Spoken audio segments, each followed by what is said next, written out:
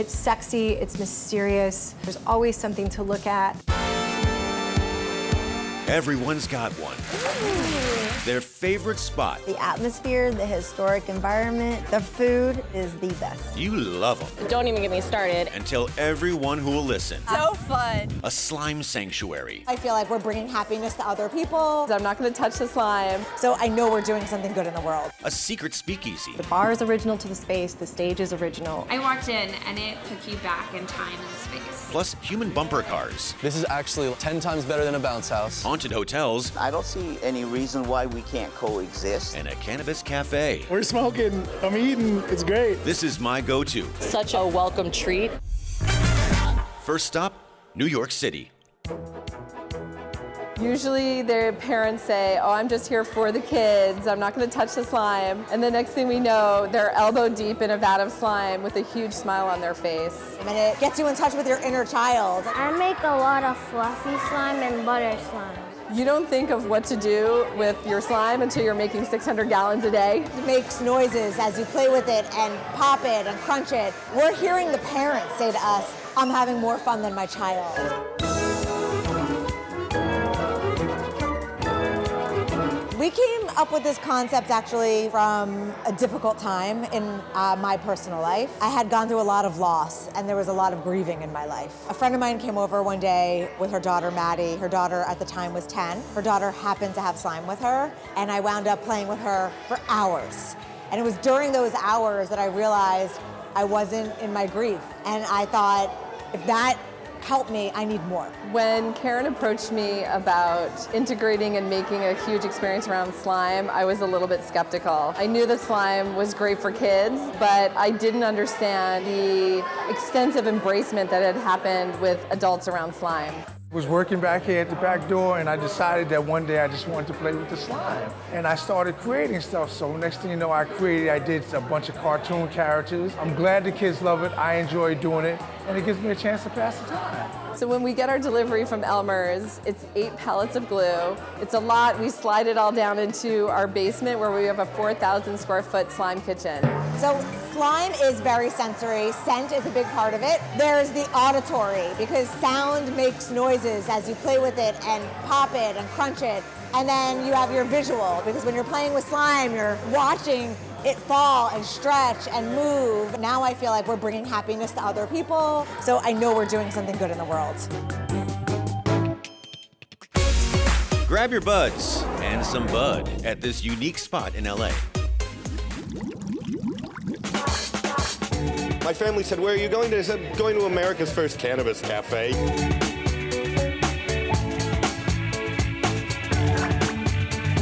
We are currently the only restaurant, like full dinner service, cannabis consumption. Realistically, it feels kind of revolutionary, you know? I'm out here, we're smoking, I'm eating, it's great. So what we're trying to do here is build a culture that is super inviting, approachable, fun, somewhere you can come and consume cannabis with your friends over a fantastic meal. And if we can do that here, I think we can do that anywhere. For me, personally, it's more of on the medical side. This is for every demographic, and you know, if people are using it for medical use, I mean, even better, there's somewhere for them to go where they don't just have to do it at home.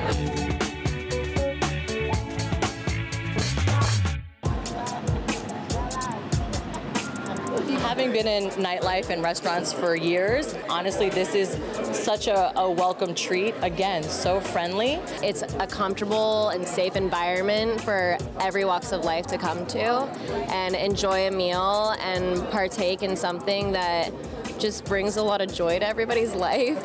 We've seen people just sharing stuff from table to table who didn't know each other. People were making friends in line and they came in and they were fine with sitting together. Nice people here that we've met and spoken to, and you know, when you go out, a lot of times people don't even speak to the table next to them at a restaurant, but it's just, you know, we've made some really nice friends here and just kind of broke the ice. The cauliflower nachos are here.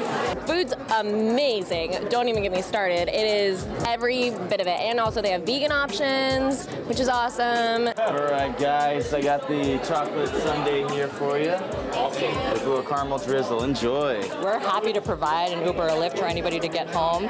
There's also an app that you can download, Freebird, and we will offer $4.20, $4.20 for a ride here or a ride home, as long as you prove that you were here and you purchased something. I get to hang out with my friends and do something other than than going to bars and drinking. I feel safe here. I feel comfortable. You know, it's a great night out in America. From LA to Chicago and a secret speakeasy. It's sexy, it's mysterious, there's always something to look at. You go in not knowing what to expect. This one literally takes you to where it's sort of like this secret hidden thing that you don't necessarily want people to know about. They're knocking on the doors of the bathrooms, they're like peeking in the stalls in the bathrooms. They think that there's some secret way to get in here, but it's really just a door.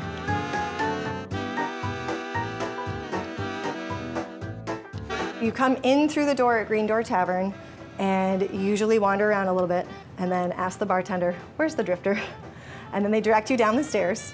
And we are the first door on the right, but it's covered by this cute little knick-knack shelf. I didn't even recognize it. Like, I knew that it was one way, and it still like blended in perfectly with everything else in the area.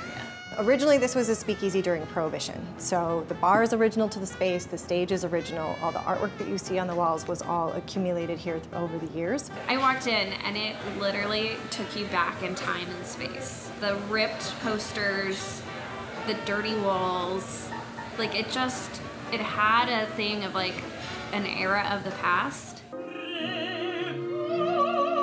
We do a lot of different stage acts, contortionists, hula hoopers, belly dancers, jugglers, very sort of vaudeville-y. I think of it as like adult circus. Who would like to come up here and help me with a card trick? Everyone says it's like a really cool place. They have like burlesque performers and all kinds of like unusual stuff that you wouldn't see anywhere else. We have a whole bunch of tarot cards in our portfolio. We've got about 100 or so. We choose 10 or 12 every week. A couple gins, a couple vodkas, boozy brown and stirred cocktail, like old-fashioned Manhattan kind of drink. So it is a real tarot image that we have photoshopped on top. The name of the drink is on top, the ingredients are on the bottom. This is Jeffrey, he's our mascot. The idea is that there's 6 different custom fortunes in the cookies, 2 of which are shots. We have to make things interesting. So the idea is you gotta rub his belly, you reach in, you grab a cookie, you break it open, whatever it says, that's what you get to drink. What is it? And it was just like the greatest pick of the draw. Like, you're already here to have a good time. Like, why not live up that extra mystery thing? All right, awesome. Once you come through that secret door, there's just something about the drifter. You walk in, you see all this beautiful art on the walls that clearly is very old. It's sexy, it's mysterious. There's always something to look at. There's something to drink. There's something cool on stage happening or on the big screen. It's just such a great place to come and have a cocktail. Up next, have you zorbed? It's human bumper cars inside these balls. It just looked like fun. And later, the most haunted hotel in the world. I hear noise, I hear knocking on the windows, I hear people talking. You're watching My Go-To. So before you hop in, no shoes. Let's bounce into LA. This is actually like 10 times better than a bounce house. You're gonna be able to roll around in it, and you're able to control it. It's so fun, for sure. Especially like hitting her. We're here right by the Santa Monica Pier, and this is Airballing LA.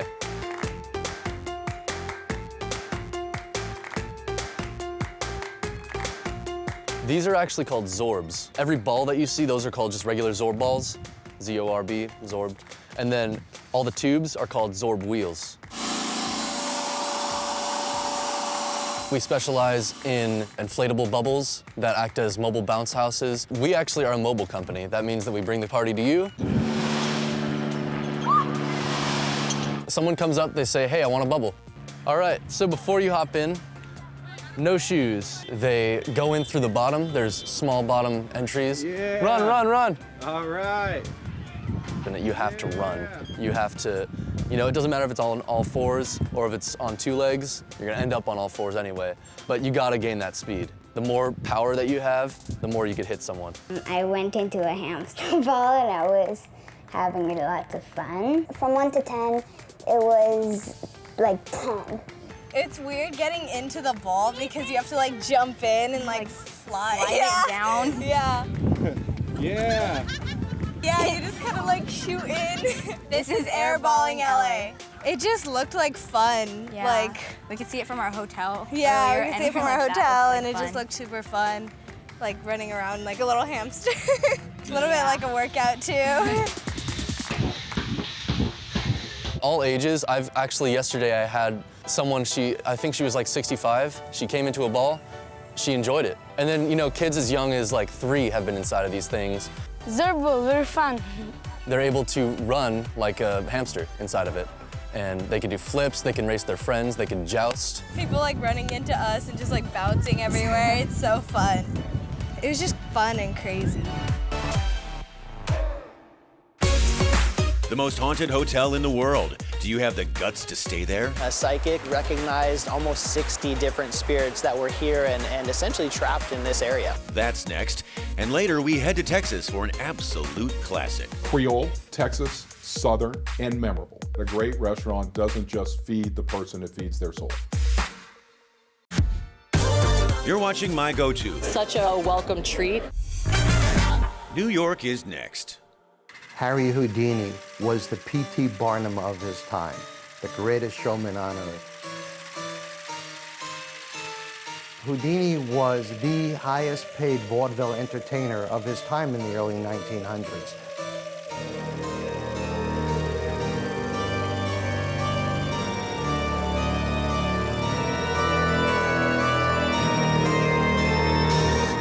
Houdini would defy anyone to challenge him, to be locked up the craziest ways you can imagine, and yet Houdini would escape. He decided initially to challenge, whether it be jails or mental institutions, to lock him up with the most rigorous, the strongest of any restraints that they would use for the criminally insane. And the Straitjacket Escape is something that Houdini made famous. What people don't realize, it's actually easier to escape when you're upside down. So Houdini, around 1918, I believe, actually escaped in Times Square to a packed crowd from a crane inside a straitjacket. Houdini would use his strength and stamina, where he was able to hold his breath for several minutes underneath water, and even perform one of the most famous stunts, the Chinese water torture cell, where he would go upside down inside a tank of water. In 1912, he started this as a way of saying, all of you copiers of my Handcuff Challenge Act, I now dare you to risk your life like I'm about to do and try to get out of this. When he passed away in Detroit on Halloween at 1:26 p.m., his body was then moved to New York, and then he was laid to rest right here on November 4th in McFella Cemetery in Queens, New York. Houdini was anticipating his death, and he bought an amazing plot of land at the cemetery where his mother and father and brothers and sister are all buried. What would I say to Harry Houdini? Houdini, when was the one time that you feared your life for the most? Because you're a showman, you never showed fear. In fact, Houdini was known to say, my brain is the key that set me free. And then I would say, Houdini, thank you for sharing. And I would toast you and say, good night, Harry. From New York to California, in a hotel where not all the guests are alive. There's a lot of places all over the world that are supposedly haunted, right? But this place here, I think it's surreal. I hear noise, I hear knocking on the windows, I hear people talking, people walking, heavy footsteps here, quite a lot. When psychic Sylvia Brown came through here, she had recognized almost 60 different spirits that were here and essentially trapped in this area. We get quite a few guests that know the history of it, and there's a couple of rooms that are famous for being haunted. They want to experience something. They want to experience the past, and some of them are, of course, just trying to see if it's real or not. And I don't think we've had a guest that have stayed in one of those haunted rooms that was disappointed.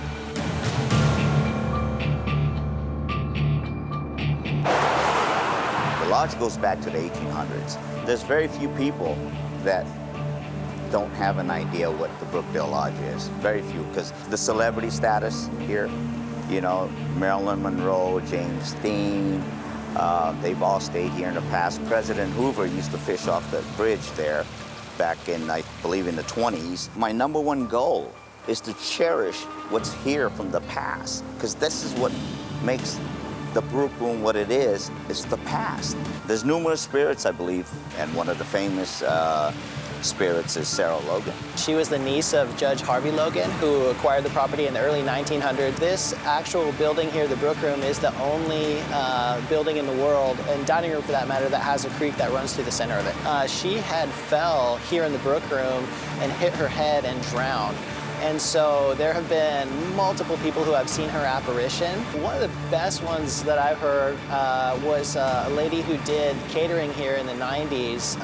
She had brought her young son here in the Brook Room, and he was kind of running around, and he was young enough where he had thought that he had made a new friend.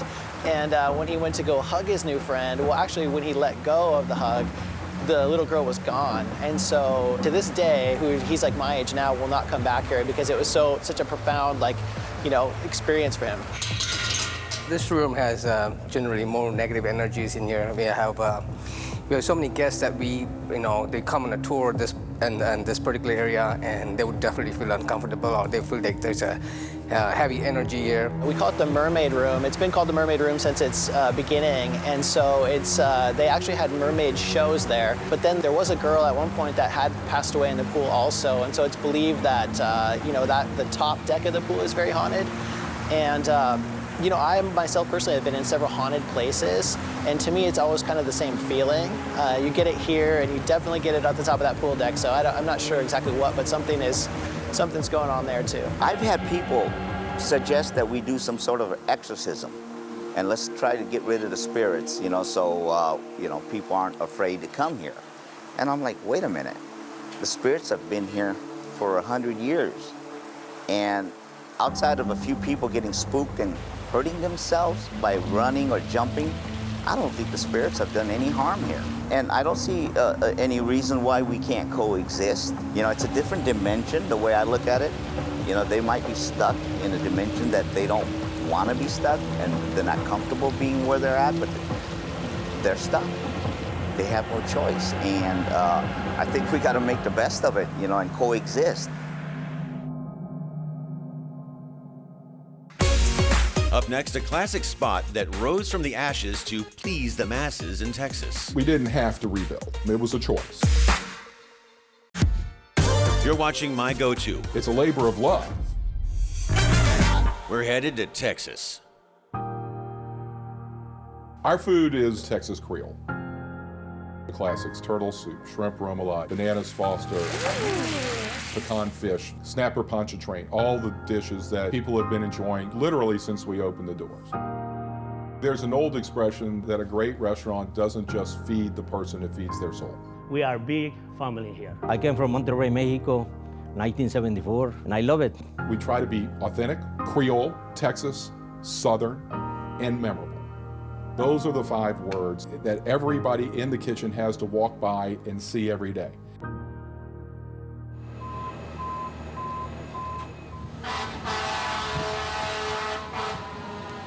September 13th of 2008. It was a terrible experience. It was a very strange and very, very long night. They were fighting the fire, during a hurricane outside, and the wind was just whipping.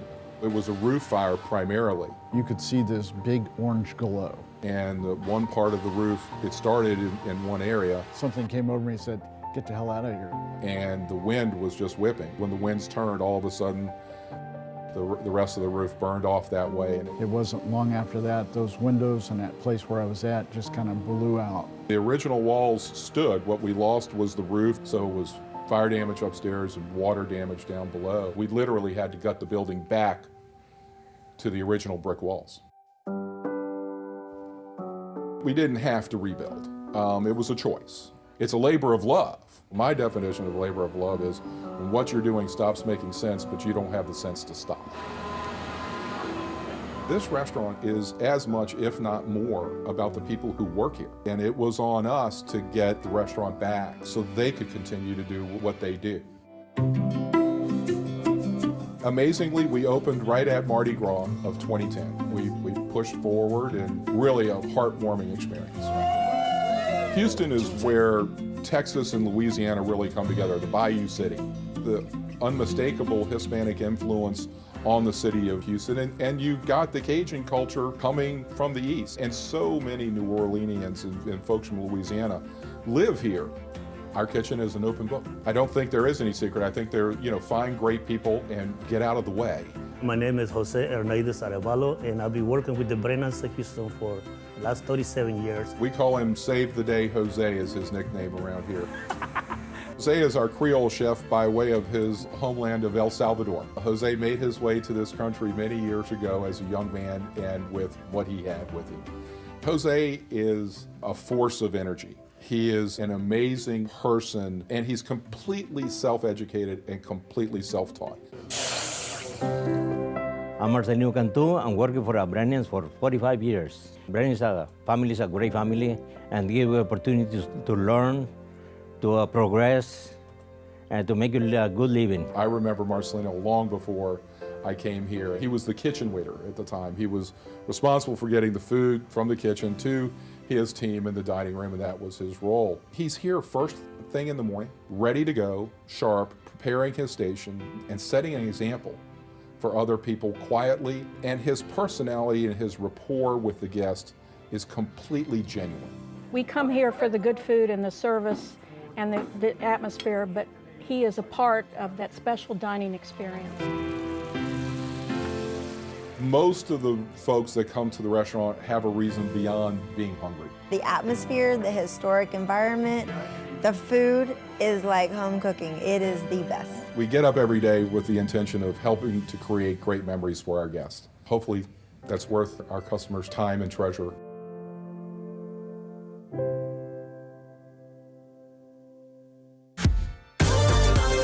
What's your go-to spot?